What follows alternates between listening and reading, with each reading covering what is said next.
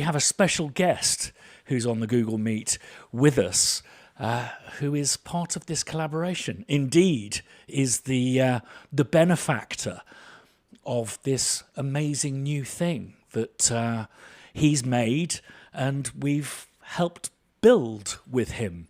So without further ado, I'm going to run the walkthrough, and it's about 20 minutes long, so we can watch that all together, and then maybe about half an hour of questions and any stuff that you want me to play. I've got it here on a little keyboard, so we can play it here and talk you through it.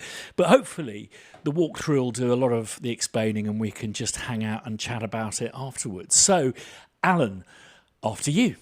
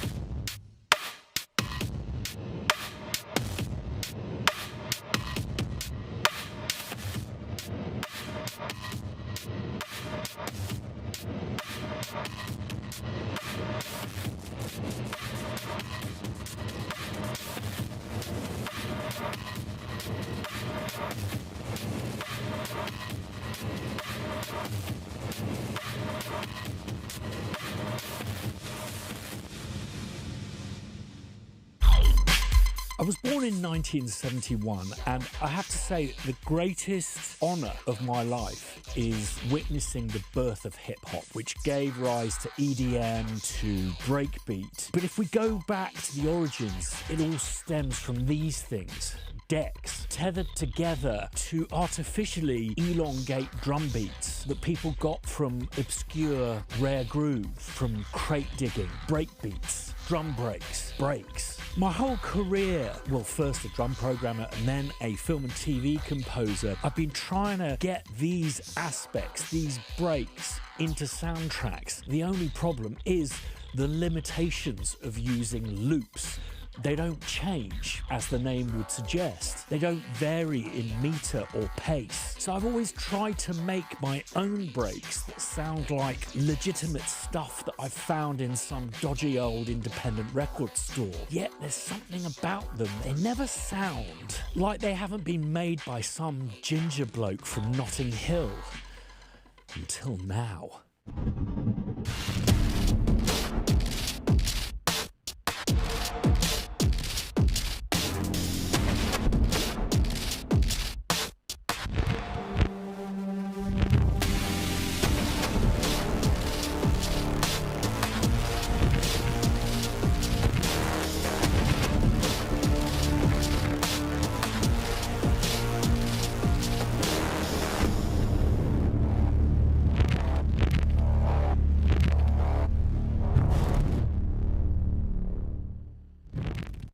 Typically, for an Englishman, I don't show my emotions. Certainly not anger or rage. That I save for watching the soccer on the telly, or take it out on a meat pie or something like that. So, because we're going dark, I may as well start dark.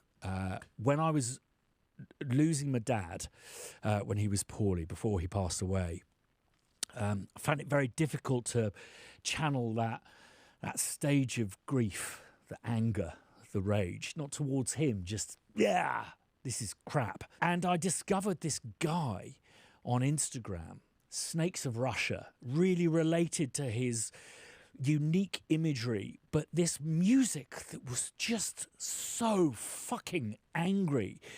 And it became a conduit for that anger. I could kind of cleanse and purge it out of me through his music. And it wasn't just like some cod kind of metal that you've heard. It was like the guy who was making it, who I since have learned is a gentleman called Joseph Holliday. It was like he'd been trapped on a not even a cool planet, an obscure planet like Pluto or Uranus. He'd been stuck there for years, making this angry music, waiting to come home and exert his frustrations on us. It's so rare for us in this day and age to hear something new, unique, possessing such a singular vision. And it was just such a pleasure to bump into him on one of those composer walks that I've done in the past.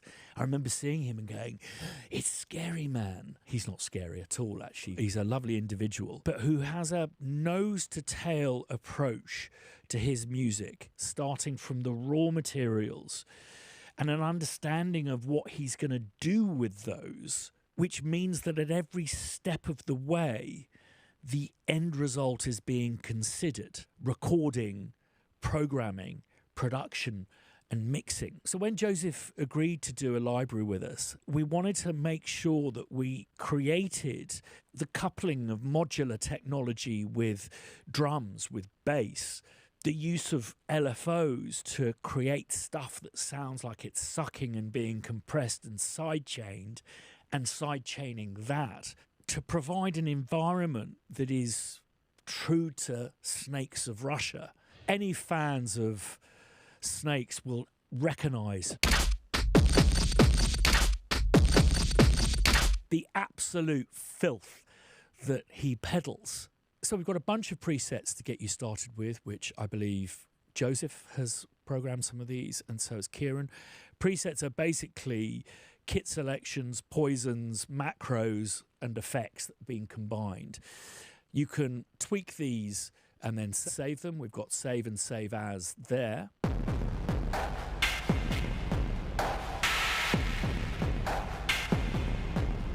But for the sake of this presentation, what I'm going to do is just go to the default preset, which is like a blank slate, and take you through stuff moving from right to left. So we've got 33 kits, 33 basses. I'm going to concentrate on the kits for the first part of this. Let's go for the 33 kit.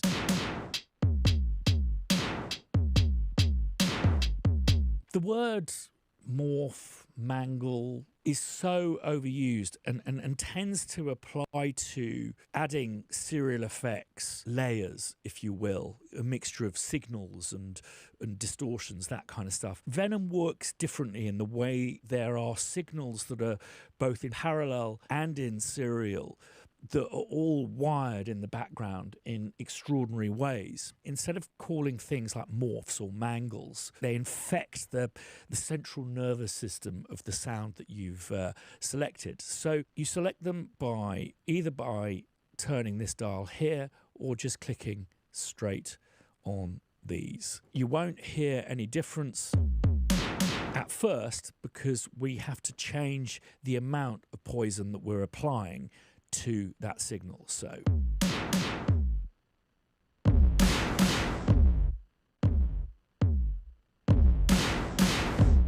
and I believe Doll's Eyes is some crushed tape. And then these are going through some bass amps recorded in Los Angeles. God, it sounds like there's a lion in there. Wolfsbane, which is a small space. This isn't reverb, this is actually a reamping in a small space. And the thing that small spaces do is kind of multiply the signal, make it that much bigger. Whilst that sounds like super stereo and really wide, but also a bit reverby, wait till you hear what happens when I start messing around with the macros and the Venom button. Corncockle is the same space but recorded at distance.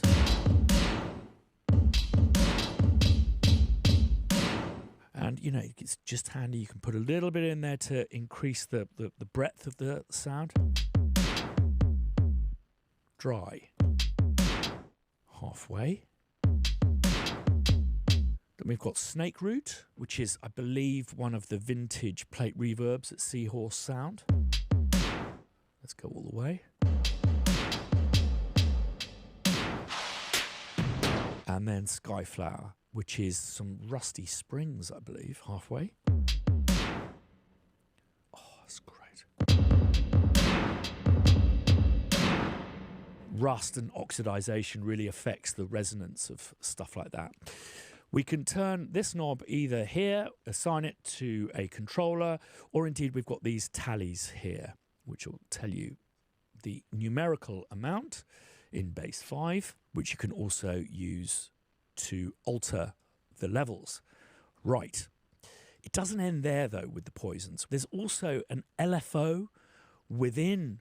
So it's a low-frequency oscillator that controls the amplitude of the Poison to create all sorts of stunning effects that sound like side chains, that kind of stuff, but is much more linked to your Door of Choice's tempo. Envelope there, stutter.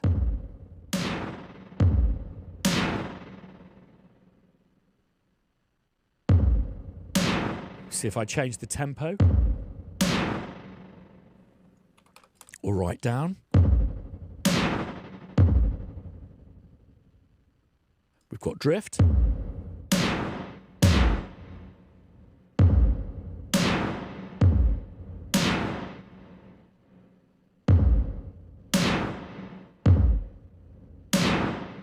Wave.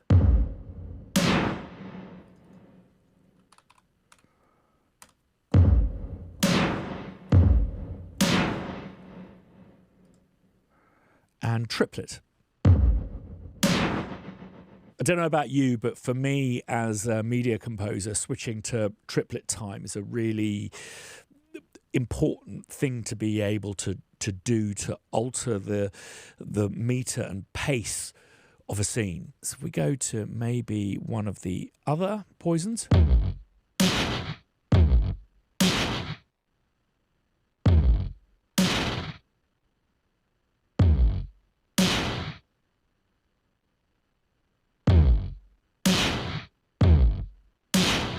Now, those effects may seem subtle at the moment, but the minute you start applying these macros, all sorts of crazy stuff is going to happen. Running from the top to the bottom, we have a bidirectional filter.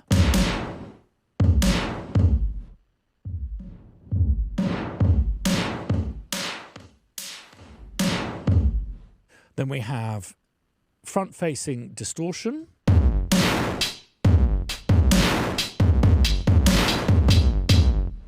Let's slow this right down so you can hear the impact of those wave envelopes on that signal. And then combine it with this mad compressor here.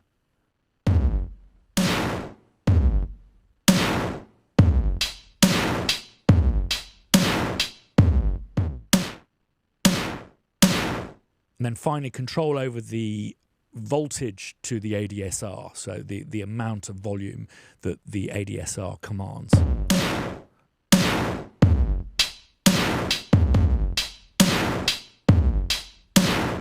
Let's just turn it up to slightly more obvious. Which brings us to this thing in the middle. And Cam, who is the madman behind the development process and putting this into a plugin, hasn't told me what this actually is. I think there's all sorts of stuff going on here. And then suddenly you're hearing the impact of those poisonous decays and how they're working with the envelope LFO.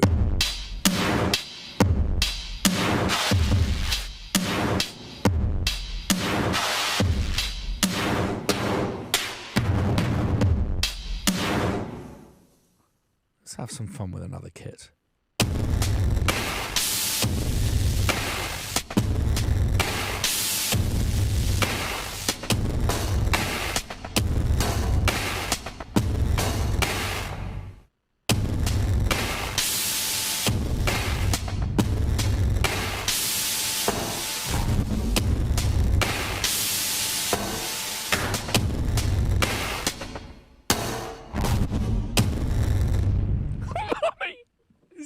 So exciting. I think if you do grab this, links are in the video description down below, you may want to say to your family you're not going to see them for a few days, because this is a rabbit hole from which we won't return for some time. So that's the Venom. It does that. Let's find another kit.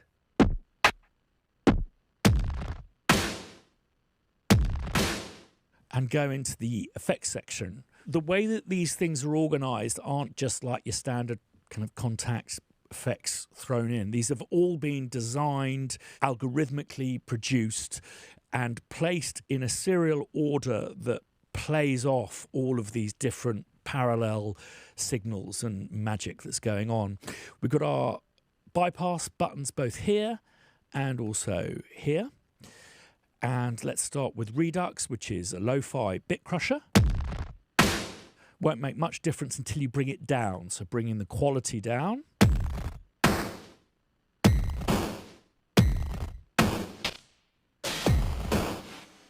Reducing the number of bits.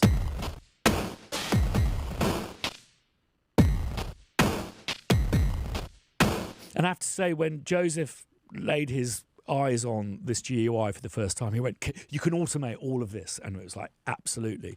So I love the way that Joseph has created this mad, fucked up library and is immediately looking for ways to fuck it up even more. And I do think assigning stuff to various controllers or automating is going to be a way of creating just amazing, not just breaks, but drum parts, symphonic, moving with the picture in ways that I think will surprise your listener. Crush introduces, I believe, a bit of jitter to the bits. I don't know what that means. Without. Yeah, I think it just softens it a bit. I think it kind of makes the bits less uniform.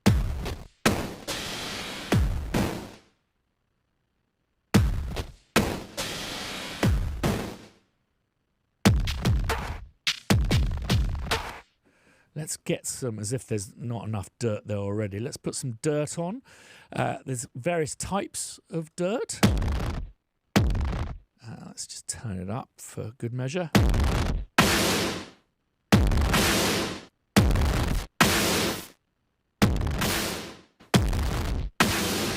And we've got a tone control here.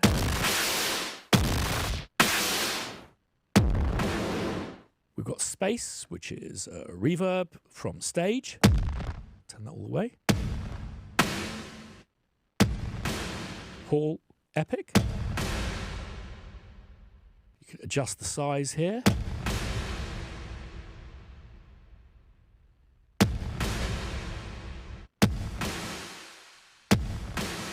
Great digital sound there.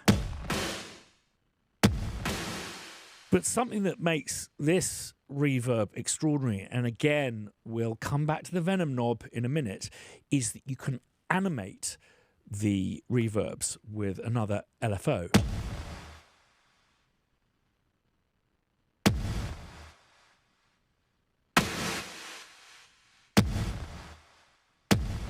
And this amount knob will affect the amount of kind of virtual voltage to that LFO. And again, we've got the triplets.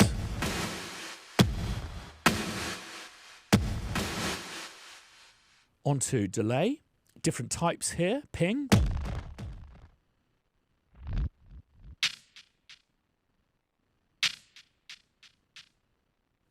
Different ways they pan around.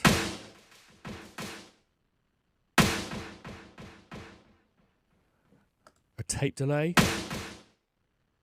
And switch back. Let's go complex.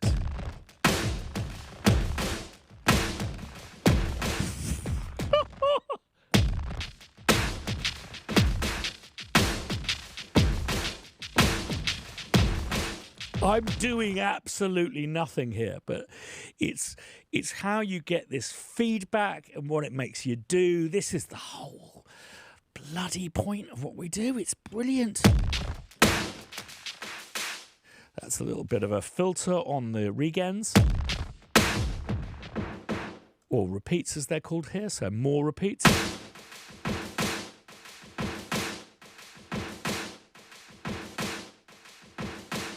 to the pub whilst that's dying out, and then how it locks to your door.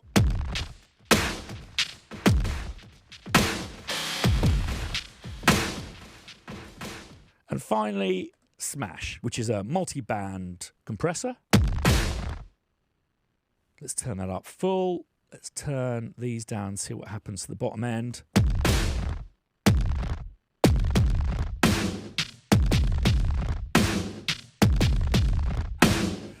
And then the high.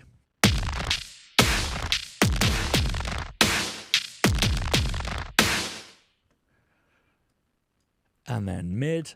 Hold your fillings in.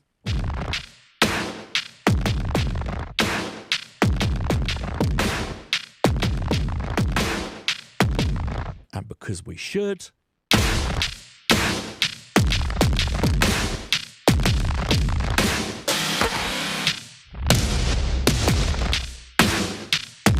should we put all these monkeys together?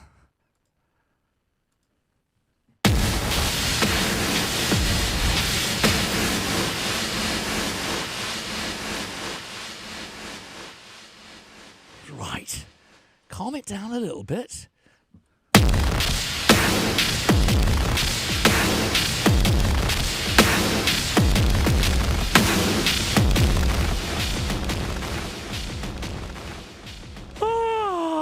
This is so much fun. And that's without the poison.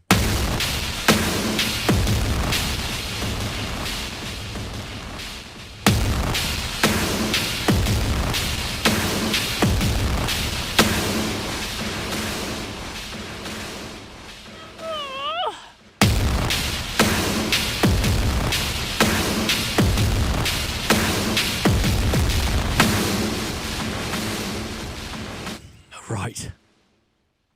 I don't know if I dare do this.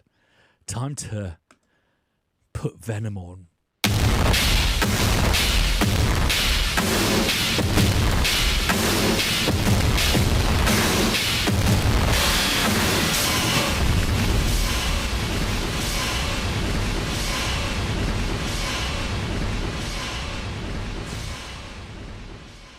Oh, you are ill. I don't know what more to say, really, other than, you know, just like, Joseph, thank you. Thanks so much for this. And congratulations to Cam, to Kieran, and the team that's put together this thing. I'm really excited. It's the first GUI I've made, and I overcomplicated things massively. But I've taken inspiration from stuff like Make Noise and have avoided over-labeling stuff first, so people don't pre-prescribe, what I need on this is a bit of compression. Just have a play. Well, you just witnessed what a kind of surprise that was to me when I switched everything on. And I really am not doing anything bass. Okay, so I've gone back to default.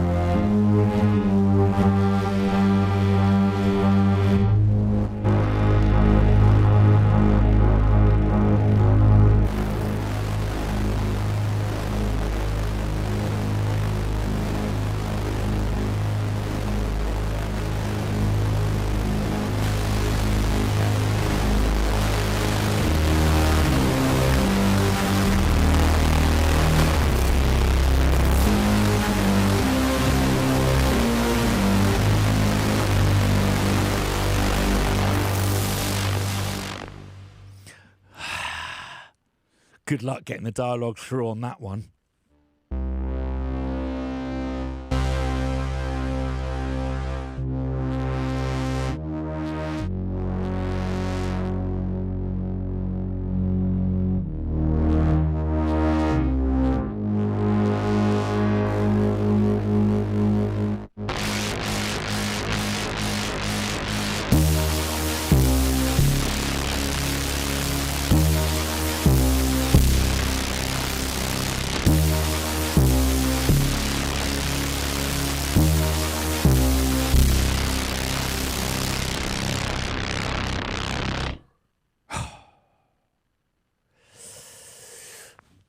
I'm high as a kite off this stuff, because it is about providing something new, something useful, something that integrates into our music, not makes us make other people's music, allows us to take the essence of our music and to manipulate it and change it to picture without necessarily changing the music itself. It allows us a window into Joseph's very, very dark head, but also his amazing approach to technology and how it can be used artistically, is the way that I would put it. And I hope he agrees that the Crow Hill team has done him proud, housing and containing as much as we could his amazing ideas and approach in this plugin, of which there is way more information, a user manual, and also a campaign book which shows you how we arrived at the GUI that's been created. I'm going to be doing more videos about this and more videos about the making of this library, because it has been an intensive and, I would say, artistic process, one with many kind of blind alleys that we had to reverse out of to get to this, which is something designed for creatives, people who want to create and bring their music to life and be dirty as fuck.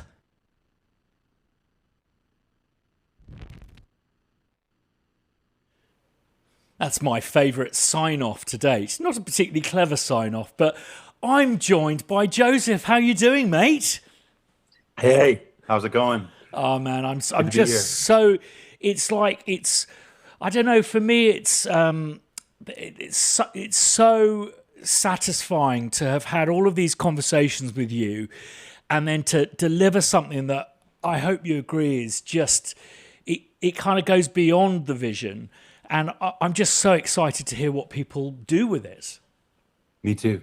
Yeah, it was. I mean, from our initial talks through my work throughout, and then just when I kind of handed it over to the team, and then to see what came back with your gorgeous GUI and everything, like it's been incredible. Like it's just been like this awesome thing to see, just give you a bunch of just sound and then have it transform into this has been great. Yeah. In a moment, we're going to invite a bunch of people in. Hopefully, we've got some people queuing up. If you haven't checked out, there's a Google Meet link in the video description. So you can actually come on and ask Joseph some questions directly. I've got the library here on a little tiny keyboard. But, you know, something that I said there, and I really believe wholeheartedly, Joseph, is your approach to technology is you really do treat them like paints. There's an artistry to it, and I can hear by just like going back to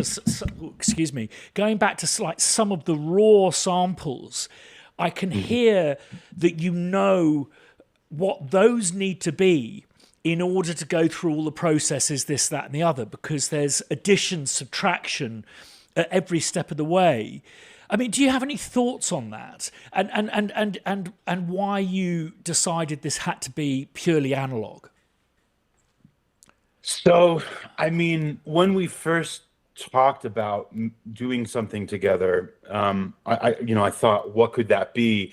And in the interim, I had made my last LP, and I worked in a way where I reamped a lot of synths and ran mono synths through bass cabinets and guitar and synths through guitar cabinets and stuff. So I thought that might have been a really good idea to explore further. So knowing that in the back of my head that we were going to ultimately take this to another room, a bigger room to reamp, it kind of informed the design process absolutely, because I knew that, like, you know, it was kind of hard to stifle myself to not make the source samples big enough when I knew they were going to be bigger, but make them big. You know, it was kind of a balance, a push and pull thing. But I knew that they were going to be treated this way, and having having experience of just doing that with my LP, I kind of knew what I wanted to get out of the amps in the room and everything, because it's a lot different when a speaker's pushing air and you know a synth is direct versus through a cabinet mic'd across the room. It's a completely different animal. And having been informed by working on my LP like that, I kind of knew what I wanted out of the source material. No, I mean, it's absolutely stunning, and something that I've, again, and I hope that people enjoy this. You know, I've been a big fan of your music for some time now, but something that, and this is not, I wasn't involved in the development process. I've just been doing the arty-farty stuff. But something that I found fascinating in just the few days that I've had to use it is a greater understanding of how you've cross-collateralized the various different interests that you have, that there is so much kind of influence of modular synthesis, not just in the basses, but in the drums and your treatment of reverbs and stuff like that, you know, using LFOs, that kind of thing.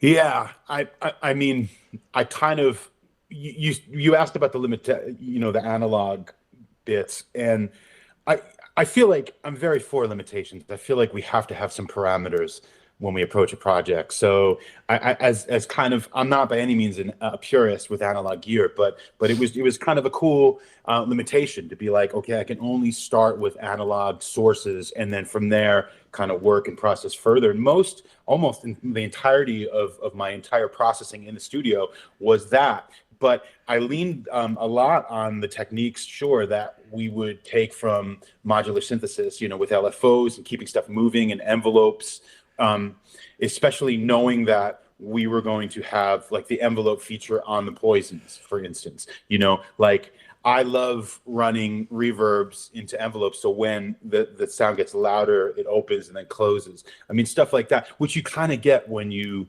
amp a drum kit from across the room and record it from across the room anyway. It's just going to happen naturally. So yeah, I mean, that was a very intentional thing that I brought all those things into making these source samples. But yeah, the analog sources is just a limitation. I just feel like, especially today, we have so many choices, and if I didn't put that, it could have been something completely different entirely. But it also, I mean, I'm not going to lie, it also really kind of lends itself to, I mean, a lot of these sources were old synths, you know, like this MS-20 I have next to me, which is like, has so much character to it, you know, so there's a little bit of that too. But by no means am I a purist, but I just think that having limitations is important. Yeah, I mean, there's nothing worse than choice paralysis, for right. You know, or nothing that feeds procrastination like that. So I'm going to invite those who have logged into the Google Meet or in the waiting room, and all I would ask is those that join us, switch your mics off, and there's a little hold your hand up sign. I'm just trying to reorganize my laptop so I can actually see the screen. So let's invite people in, and we're joined by the wonderful Charles. How are you doing, Charles? Well, hold on. Can you hear me? Oh, absolutely. Okay. Well, I just signed on. I had, of all things, just came in from mowing the lawn, which I probably should have sampled. Absolutely. At least some of the language I was using. And we're also it's kind of the first mow of spring, so that can present challenges. Anyway, I saw the tail end of what you were doing with this new plugin. The gentleman with the beard, are you the gentleman who designed this? This is Joseph. Yes. I did all the recording, and then the team at Crow Hill did all the back end design and implementation and everything. Yes. And where are you located, sir? I live in Los Angeles. Yeah. Oh, okay. Yeah, I used to live in Studio City. Oh, beautiful. Right on. Yeah. Anyway, well, I'll let you guys continue. I'm going to mute my mic so it doesn't. Are you getting feedback by any chance? I think we're good. No. It's all good. It's all good. Yeah, we're good. Andrea, how are you doing? Hey, mate. Well, I'm blown away. That's how I'm doing. I was like, okay, wait. I need to turn this down. No. I need to turn it up. Actually, I'm holding my hand. I just want to say thank you. It's a rather special day for me as well, because I'm a film composer and I work with orchestras and all that stuff. But I also come from the times when the electronic music started to be it. You know, it's so funny when now I go out and I see these kids. For them, that's kind of a normal thing to be surrounded by the electronic sounds. But for me, I was the only person in my classroom out of 35 people who went for raves, who are experimenting with some crazy shit sounds. So for me, this is completely something that I will absolutely be using in my scores, because it's the part of me wants to kind of be, I want to express myself with this thing. And boy, I can express myself with this. Well done, guys. Really, really awesome. And great GUI, Christian. Oh, thank you. I thought it would be fun to do a Swiss watch designed by Iggy Pop, was my brief to myself. So, Joseph, do you have any... when using a tool like this, do you have any tips of how you would go about using it? I mentioned in the walkthrough that something that you're very interested with is automation. And how would you use this tool? I mean, in those early development calls with Cam when he was showing us the GUI, I mean, one of my early questions was, is that assignable? Is that assignable? I would just keep everything moving, like at all times. I mean, depending on what DAW you're in, it's always possible with automation, but just like, that's how stuff really feels alive to me, is just keep things moving, every parameter in this is automatable, so just keep it moving, put wet, dry, always moving, sometimes in time, maybe sometimes not time, that's the first thing that I would do. And then probably the second thing I would do is just print it and then commit and make it mine, add some extra. Whenever I use a plugin, I always really like to get it as audio as fast as I can, and then kind of like more, again, with the option paralysis thing, just to kind of like commit and then make it mine. Just put a little sprinkle of what I do on it, and even though people are going to be using this and it's kind of like my special sauce, I hope they take it and do exactly what I just said. Put their little stamp on it. That's what I would do. And I mean, something that I found using the library is it would be good to commit stuff, because it's a little bit like when working with modular, is you kind of hit a sweet spot and you're like, yeah. I'm so going to get lost. I can't remember what I did there, because of the way that the effects interact, the poisons interact, the envelopes, all of these things, that you can be hitting just a combination of notes and all of these weird things kind of open or close or crunch. Yeah. It's so funny you make that comparison, because it is like modular, where you just turn one knob the slightest bit and the whole patch sounds completely different. So, that's kind of another thing, that just always be recording, always be getting audio, always be, and then you can kind of sort through it later in an editing session. But yeah, that's why I definitely recommend that for this or most plugins, really, Yeah. Andrea, you've got your hand up. I have a question, actually. How do you? I was blown away with the crispness of the sound, and like, how do you push things so far, but then we have still this amazingly crisp sound? Is there a secret ingredient that we can know? It's funny you say that, because I usually like shave off so much from the high end, just automatically, like by default. But I would say it's perhaps it's completely within the distortion, and I'll use that as like a blanket term, distortion choice, because there's, to me, such a very, very, very different thing between distortion and saturation. So saturation, to me, pushing saturation harder and harder is way different than pushing distortion harder and harder. And I always default to saturation. Things like pushing tape super hard and just, soft clipping. And almost every like distortion plugin I have, I never go further than the saturation modes or the soft clipping and stuff. I think it's just about the quality of what the distortion you're using. And a lot of it is just by pushing things harder than they should be, but not necessarily adding a great amount of distortion and keeping that really just conservative, and that, and also using a lot of multiband, which could be, which is brilliantly achieved in this plugin with the end of chain in our effects unit, using that to bring out perhaps maybe just some distortion or compression on the mids, for instance.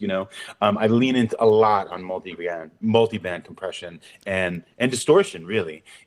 But again, distortion being a blanket term, and mostly I would say I lean in on the saturation. I hope that helps. I hope that's definitely instinctually how I would answer. Yeah. So when you're talking about saturation, you're talking about there still being like peaks and troughs in the waveform. It doesn't. You're not turning everything into sausage meat, which is particularly Correct. with digital plugins. You just get that kind of digital fizz, don't you?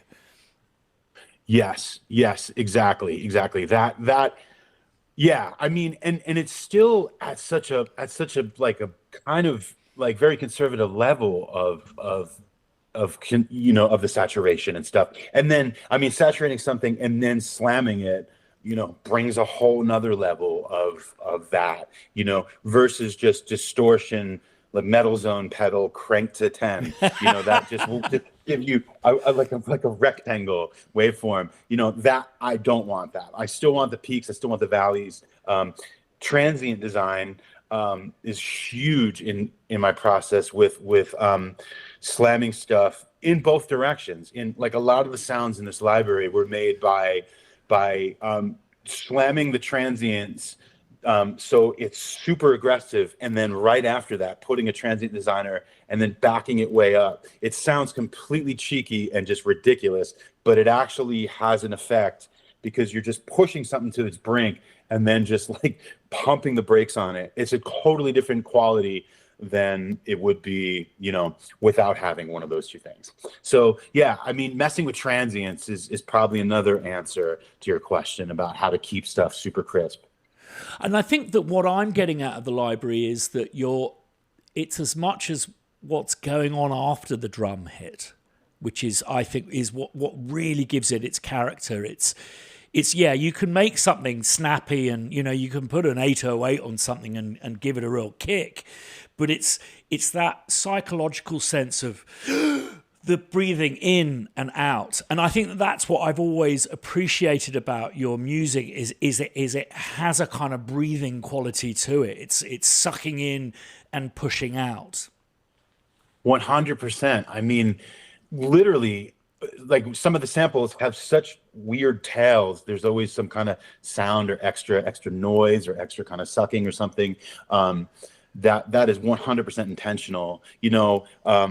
If I'm working on something of my own and I'm using, like, let's say, I lay that down, I lay down a bit of audio, like from the modular or from a plugin or like this, for example, like laying down a loop or a beat or a pattern, and then I chop that up. I'm always absolutely taking the 16th note or the 8th note before and then after the hit. So the snare to me it's not just, crack. It's or crack, so there's so much power in the extra bits, before and after the hit, that I think make the sample unique, and then in turn will make whatever you're working on a little bit more unique.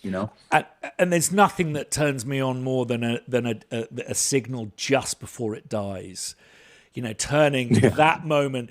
I've been thinking for years of making a library just made up of the final tails of really shit digital reverbs. I was thinking, if you suddenly see like the prices of like microverbs by Alesis going up, you'll know that I'm buying them all. It's that little magical thing before the signal gives up the ghost. It does almost sound like something gasping and dying that I think is so intriguing about it. And so many of those kick sounds on this library is that kind of and that is created by those kind of dying signals that have been boosted, I suspect.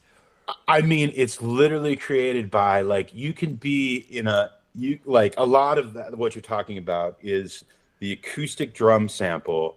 You can have the most pristine mic setup in the most pristine room with the best converters and everything. But I can assure you, if you slam it hard enough, you're still going to pick up something like exactly what you're talking about. And I'm not afraid of that. Like I lift that because that's what gives it the character. So yeah, it's boom. You know what I mean? It's just a little bit. And yes, so that is just created by 100% just slamming it. And then mixing that in with a shorter kick that is, a little bit more tasteful, and those together kind of create something usable. That's amazing. Charles, you've got your hand up. Yeah, you just mentioned the topic I was interested in. How are you miking these? Is there a particular brand you're using, and are you doing it in a large space or a close space, or are you using mixed mics like a close, a room mic, a tree mic, etc.? So for this entire library, basically the process was I made everything here in my space, which was mostly just the analog sources, a Korg MS-20, various drum machines, Moog Model D, and then I took those into a larger studio, this place in downtown LA called Seahorse Sound. And from there, we had a few different mic setups. We had some close mics on everything, and then we had some mid room mics, and then we had some really far room mics. And then on the kicks in particular, I worked with some amazing engineers, and I didn't pay attention. I think we might have used the standard D12 on the kick drums, but I just told them, I'm like, this is your room, you mic this however you see fit. We use some Coles for the room mics, for the room mediums and stuff. But I'm like, if there's a mic that you want to try and get weird, let's use it today. So that was my only instruction. So that was the plan. We close mic'd everything. And this is the same mic chain for both the acoustic instruments and the sample playback coming from the reamping. So we use the exact same signal chain so that when everything was blended together, it kind of had the same impact. So we use a combination of close mics, medium room, and then far room. Okay, well, if you ever are interested in the Mojave or Royer stuff, let me know personally, because I'm tight with those guys. So, Royer 121 is my jam. I love it. I've had it for years. Yeah. But do you know them? Have you ever met them? No, but thank you for that. Yeah, that would be cool. Get in touch with me, and I'll make sure that you meet Dusty and David. Perfect. Because they'd be interested in what you're doing. Thank you so much. I appreciate that. Thank you. So we've got about 5 minutes left, and we're also joined by David and CJ. Do you have anything you wanted to ask CJ or David? Hey, good day.